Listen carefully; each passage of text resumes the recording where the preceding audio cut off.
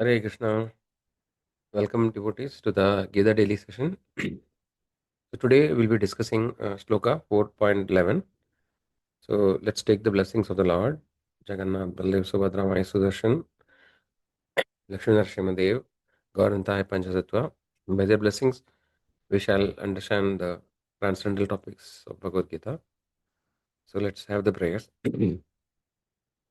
Om Adnanatimirandasya Jnananjanashalakaya Chakshurunmilitam Yena Tasmai Shri Gurave Namah Namam Vishnupadaya Krishna Prishtaya Bhudale Srimade Bhaktivedanta Swamin Iti Namine Namaste Saraswati Deve Gauravani Pracharini Nirvishesha Shunyavadi Pashatya Deshatarine Jai Shri Krishna Chaitanya Prabhu Nityananda Shri Advaita Gadadhara Shivasadi Gaura Bhakta Vrinda Hare Krishna Krishna Krishna Hare Hare Hare Rama, Rama Rama, Hare Hare. Let's dedicate the session to His Divine Grace, A.C. Bhaktivedanta Swami Srila Prabhupada, founder Acharya of International Society for Krishna Consciousness, by whose mercy we are able to understand Bhagavad Gita in a very simple and a way that which you can apply practically in our day-to-day life. So let's thank Srila Prabhupada ki jai. So today's sloka is a very profound, very important sloka in Bhagavad Gita. So let's recite the sloka. 4.11. ये यदा मां प्रपद्यन्ते तांस्तदैव भजाम्यहम् मम वर्तमानुवर्तन्ते मनुष्या पार्थ सर्वशः. You can repeat after me, remaining muted. ये यदा मां प्रपद्यन्ते तांस्तदैव भजाम्यहम् मम वर्तमानुवर्तन्ते मनुष्या पार्थ सर्वशः. Translation by His Divine Grace, Srila Prabhupada ki jai. As all surrender unto me, I reward them accordingly. Everyone follows my path in all respects, O son of Pratha. Let's see word to word meaning. Ye, all who, yada, as, mam, unto me, prabhadyante, surrender, tan, them, tada, so, eva, certainly, bhajami, reward, aham, I, mama, my, vartma, path, anuvartande, follow, manushya, all men, partha, O son of Pratha, sarvashaha, in all respects. We'll read the translation again. As all surrender unto me, I reward them accordingly. Everyone follows my path in all respects, O son of Pratha. So, we are discussing the chapter 4 of Srimad Bhagavad Gita, which is talking about transcendental knowledge. So, here we saw that Krishna is explaining Arjuna that how the Vedic knowledge is authentic, and how it is eternal. It's coming through a disciplic parampara, authorized parampara. The importance of understanding this knowledge through a parampara. Then the qualification to understand the transcendental knowledge, that is to become a devotee of the Lord. Krishna says, Arjuna, Bhakto Sime Saka Cheti. So you are my friend and you are my devotee and as friend. So to understand the transcendental topics, we have to become a devotee of the Lord. We also saw that how actually the transcendental knowledge is coming through the disciplic succession, right? So these are the topics we discussed. And we also saw that this knowledge cannot be understood by material knowledge or material scholarship. We have to get the mercy of the Lord. Only when the Lord reveals, we can understand the spiritual topics. So today Krishna is discussing the topic. This is a very very important shloka in Bhagavad Gita. So all the shlokas we are discussing are selected shlokas. They are all important, but this shloka is especially very important to understand. So essentially, this is talking about the merciful nature of the Lord, right? How the Lord is merciful to the jiva, and how He actually reciprocates. So reciprocate means, like based on how we approach somebody, right? Accordingly, the behavior actually from the other side happens. So we have this physics law. Every action has an equal and opposite reaction. So based on the action, reaction also happens. So in this context of the shloka, Krishna is saying that ye yada mam prabhadyante. So however, what some approaches the Lord, tam sadaiva bhajamyam. Accordingly, I reciprocate. Mama Vartamanu Vartante, Manusha Partha. So, Manusha, so all the Manusha, all Jivas, they are all actually Mama Vartamanu Vartante. Everybody is actually seeking the Lord. He is seeking, all the Jiva, knowingly or unknowingly, they are actually seeking for that lost happiness. So, they are actually seeking the Lord, or they are trying to re-establish the relationship with the Lord. But somehow, because of forgetfulness, they are not able to remember the relationship. And no, they, because of the desire to enjoy, Maya actually provides a facility in the material world. We saw that. And the Jiva actually is entangled in the material world. So they are not able to remember the lost relationship with the Krishna, right? But actually, no, unknowingly, knowingly or unknowingly, they are actually seeking that lost happiness, which actually they had experienced once in association of the Lord. So, this is the essence of this sloka. So let's try to understand it in a little more detail. So we have seen that earlier also, the Jiva, no, the Jiva is the Atma, the living entity. Oh, in the material world, he comes to the material world because he wants to enjoy independent of the Lord, and no, in the spiritual, from the spiritual world. So every jiva actually has a free will. That means the jiva has a minute free will by which actually he can decide, whether he wants to be with Krishna or he wants to be with Maya. So basically, there are only two. Fundamentally, there are only two choices the jiva has: either to be with Maya or to be with Krishna. Right. So everything else, falls in that category. So most of the material activities which we have in the material world, right, that the experience we undergo, the jiva undergoes in various lifetimes, all comes under the Maya's jurisdiction.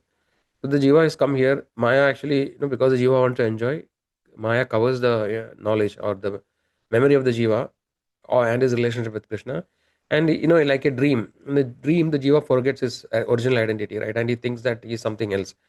He's going through various. Similarly, the jiva in the material world, forgets his original identity, and he goes through various experiences. And the material world is controlled by the material laws of nature, right? So the material world is controlled by the material energy, which is known as the Bahiranga Shakti or external energy of the Lord.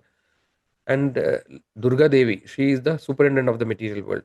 So Durga means fort. So the material world is Durgama. No, that place which is difficult to go is called Durga, or a fort. And Durga, she is the superintendent. So if you consider the material world is many times compared to a jail, right? A jail is very difficult to escape. So a prisoner is put in the jail. It is very difficult for the prisoner to escape, because there are like huge walls, then there will be wire, and maybe there is electric fence. So it is next to impossible for them to escape. So similarly, once the jiva comes to the material world, then he is entrapped in the material world, and it is very difficult for him to get out of this place. And Durga Devi, she is the superintendent of this jail, and she ensures that nobody escapes from here. Okay, only one condition is that only when the jiva, surrenders to Krishna, then actually the Maya will gradually release her clutches. Otherwise, the jiva is not able to. He is complete under illusion. So one way it is like a it is like a virtual chain. No, it is not a real chain. The jiva is bound by a chain.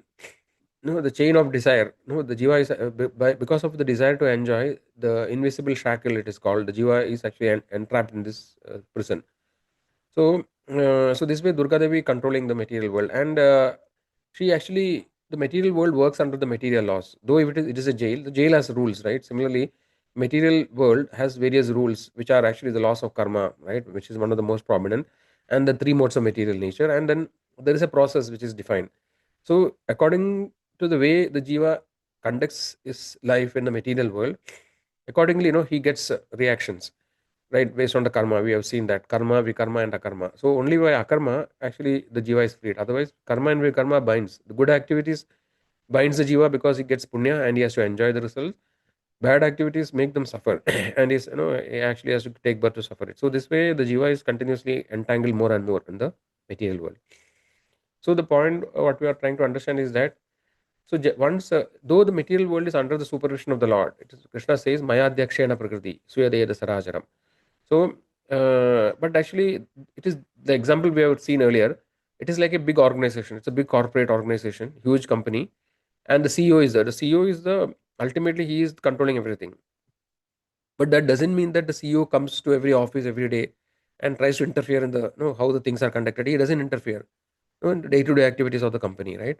Similarly, the Lord actually is the original source of everything, but he has delegated the responsibility of the material world to the devatas, right? And so the Lord doesn't directly come and interfere here. in the material world, but he is aware of everything which is happening, in every jiva by the form of Paramatma. The Lord expands as Paramatma and seated in the heart of the jiva. Ishvara Sarva Bhutana Hrudesha Arjuna Tishtati. So through Paramatma, the Lord is aware of the thoughts, desire of the jiva, and accordingly, he sanctions it. But the Lord doesn't interfere with the karma of the jiva. Right? So whatever the jiva likes, accordingly the jiva conducts his life. So so how the Lord reciprocates then? So as long as the jiva is blind to the Lord, as long as the jiva doesn't look at the Lord, the Paramatma is sitting in the heart, right? We gave the example. Jivatma and Paramatma are like two birds sitting on the tree. Jivatma is the bird which is enjoying the fruit of the tree, and Paramatma is the bird who is witnessing. It is doing Anumanta and Ubadrishta, right? It is permitting and it is recording all the desires of the jiva. So as long as the jiva is bahirmukha, right? That is facing outwards, right? He is in the mood of enjoyment. The Lord actually doesn't interfere with the jiva's activities. The jiva, keeps on going through his life, birth after birth, becoming more and more entangled like that. But the moment the jiva actually looks towards the Lord, right? Somehow by the mercy of a pure devotee, right? Some other devotee or a pure soul, he gets a transcendental knowledge, and the jiva turns towards the Lord. Then immediately the Lord actually, start reciprocating with the jiva, right? So then the Lord will interfere with the cycle of karma. So the Lord actually is the controller of everything, even the karma, right? So when the devotee fully surrenders to Krishna, then he is freed from the bondage of karma. But there is no other way that jiva can be freed from karma, right? So the Lord actually reciprocates. So Krishna, so if the jiva wants material enjoyment, even if the jiva becomes a devotee, initially he is not on the highest platform. No, so he's still having a lot of material attachments. So he may desire different material attachment. So if the Lord jiva is not fully surrendered, so even if the jiva has the material desires, that also Lord fulfills, right? If the so we have seen that there are four rasas, by which the jiva reciprocate with the Lord or interacts with the Lord. So one is called the Shanta Rasa, which is the neutrality, relationship in the Lord with neutrality. So here there is not much exchange. Then there is actually the Sakya, which is a friendship. So somebody like the Gopas, in the Vrindavan, they want to be a friend of the Lord. The Arjuna is a friend of the Lord. So when they approach the Lord in friendship, then the Lord reciprocated in friendship with those living entities. Then there is the Vatsalya Rasa, where actually the parents of parent like Nanda Maharaj, Yashoda, Devaki, Vasudev. So they actually want to have a parental relationship with the Lord. Then Lord actually reciprocates accordingly. He behaves like a small child. He plays pranks with Yashoda. So then Lord reciprocate in that manner, right? Similarly, the gopis actually they want to have conjugal love with the Lord. So the Lord actually reciprocates with them accordingly. So this way the Lord actually reciprocates based on the desire of the jiva. The Lord actually accordingly reciprocate with the jiva. So as long as we are not looking at the Lord, we are ignorant or we are blind to the spiritual knowledge, then the jiva actually is on his own, right? He is just bound by the material laws and he keeps on enjoying and suffering in the material world. So it is mentioned that Brahmanda Brahmide Kono Bhagyavan Jiva Guru Krishna Kripa Paye Bhakti Lata Beach. So after Brahmanda Brahmide, so after wandering in so many different universes, Brahmanda Brahmide, Kono Bhagyavan Jiva, like so many universes and in like 84 lakh, so many different bodies, the Jiva keep on wandering, right, from one body to another, from one planet to another. After wandering so many millions of lifetime, Kono Bhagyavan Jiva, one who is very fortunate, Guru Krishna Kripa Paye Bhakti Lada Beach. By the mercy of Guru, right? He actually gets the seed of devotion. And so we have to consider that one who has taken up to the path of the spiritual step, no spiritual path, even if he taken one step, that person is to be very considered very, very fortunate. Because after so many millions of birth, he got an opportunity now, again to connect back to the Lord. Right? So the Lord actually is very merciful. He is eagerly waiting for the Jiva to look at him. So even when the Jiva makes one step towards the Lord, it is mentioned that the Lord will make 10 steps. So basically, his reciprocation is much more higher. No, it is not actually in proportion, but actually it is more like is more merciful and more magnanimous. The Lord reciprocates in much more strength, when the jiva actually surrenders to the Lord. So sometimes we have a doubt. No, so see, ideally speaking, we have seen that how the universal government works, right? The Supreme Lord actually is the source of everything. Then the Lord has various expansion and the various incarnations. No, the Swamshas, Vibhinamshas, and then the Jivas also are expansion of the Lord, right? We are separated expansion, and no others are like direct expansion. So this way, actually, so we are actually, in the material world. So for from time immemorial, right? So the jiva like this way wanders in the material world, life after life. So sometimes, so basically, what happens in Vedic scriptures, we have seen that Vedas have various parts. There is the Karma Ganda, Jnana Ganda, right? Then Upasana Ganda. So different sections are meant for different kind of people. So basically, the jiva is going through a journey in the material world, right? So as long as they are ignorant and only looking for material enjoyment, they are actually, they are entangled in the material world. So so generally, according to Vedic scriptures, there are different processes which are mentioned, and most of the Vedic scriptures actually deal with how we can enjoy in the material world, right, in a dharmic way. So that it prescribes different kind of yagyas and different kind of activities the jiva can perform, so that they can get punya. And by punya, they can actually take birth in a very rich family, or they can get in a like it can become very beautiful. So so many kinds of material things are possible by doing punya. So then generally the jivas, the in Vedic scriptures it is mentioned the worship of different demigods to get in different obtain different results. You can worship, for example, getting a good spouse. You can worship Lord Shiva. Like that there are different things. Get free from disease. You can worship Lord Surya. So like that there are different things mentioned. So we should not unless and until we get the higher knowledge, right? The people may think that okay, no, this is everything. Just worshipping the demigods and becoming happy in the material world, this is the ultimate goal, which actually is not the right thing, because this will not give us the ultimate benefit of getting free from the cycle of birth and death, right? We become entangled. So it is mentioned that even if you have material desire, it is still better to worship Supreme Lord only, instead of worshiping the demigods, because Supreme Lord is the ultimate, like a CEO. We saw that example, right? So CEO can give you anything, whatever in the company. So similarly, the Lord can give everything.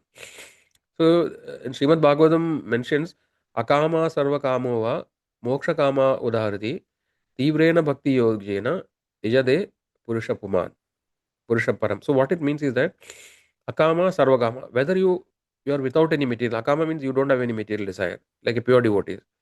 Sarva kama, you are full of desires. Or moksha kama, you want to get liberation. So irrespective of whatever your desire is, it is always better to worship the Supreme Lord. Like it is just like watering the root of the tree, right?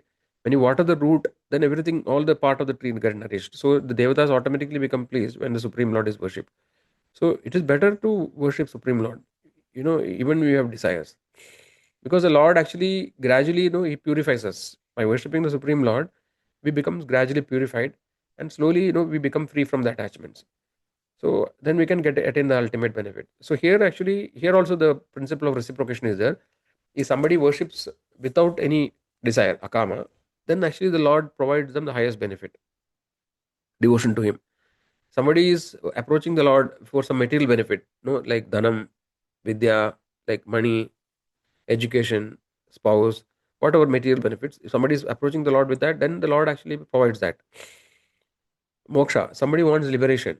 If desiring worshipping the Lord because they want liberation, then the Lord gives them liberation. So this way the Lord reciprocates. But when you fully surrender, when a devotee fully surrenders to Krishna, then actually he will not give the devotee material benefit, because he knows what is best for the devotee, right? Because the material benefit is entangling him. The Lord actually will give what actually is beneficial for the devotee. So we have to be, clear about what is the benefit of surrendering to the Lord, and what we can expect when we surrender to the Lord. So one thing we have to understand is that the Lord actually is the ultimate well-wisher of all the jivas, right? So He knows all our past, so many lifetimes that we have taken, right? What is going to happen in the future? Everything the Lord is aware. So we have to have full faith in the Lord. When we surrender to the Lord, we should have full faith in the Lord, and should be ready to accept all whatever the Lord's decisions. Because it is like, training somebody, like training a child.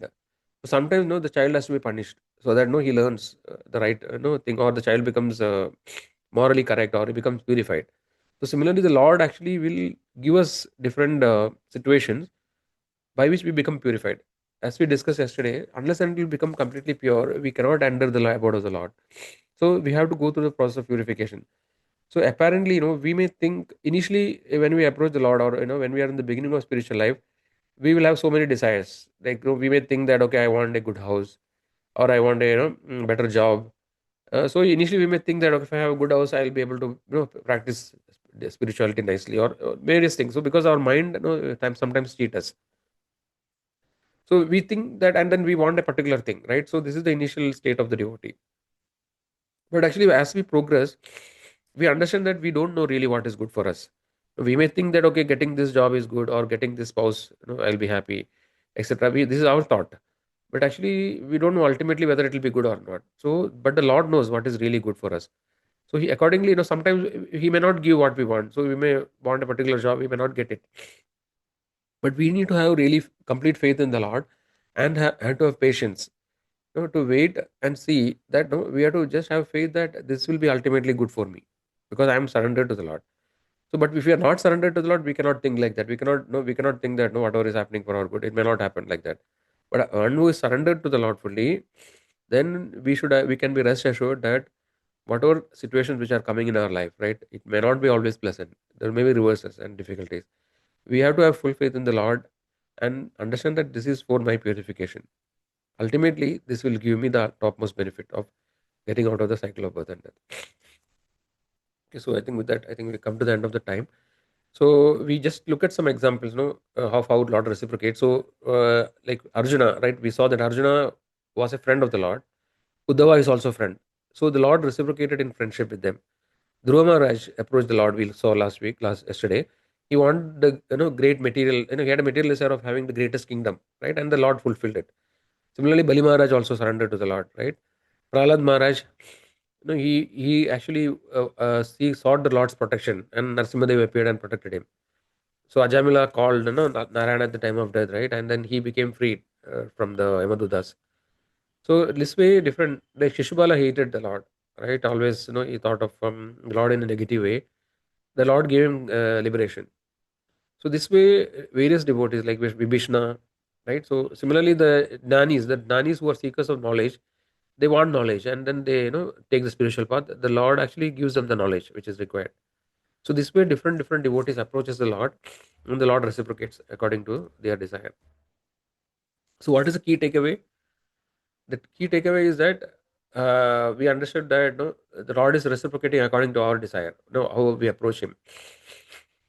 So, and we understood that irrespective of whatever we desires we are having, it is always better to approach the Supreme Lord, instead of approaching the demigods, right?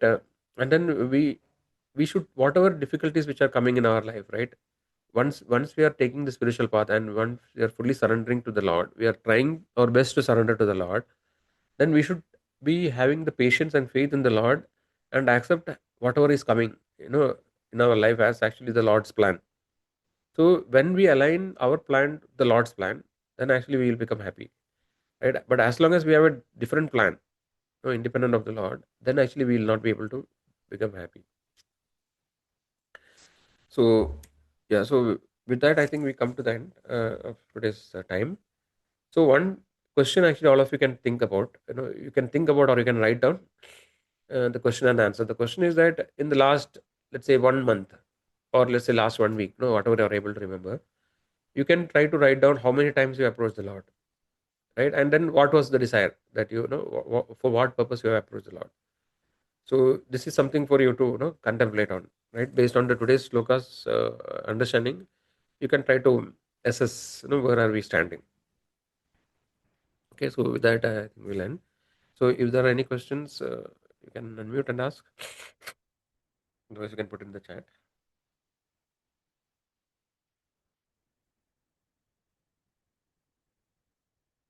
Anybody has any questions? If no questions, then we can end the session here today. We'll meet again tomorrow. So I hope actually all of you are regularly attending.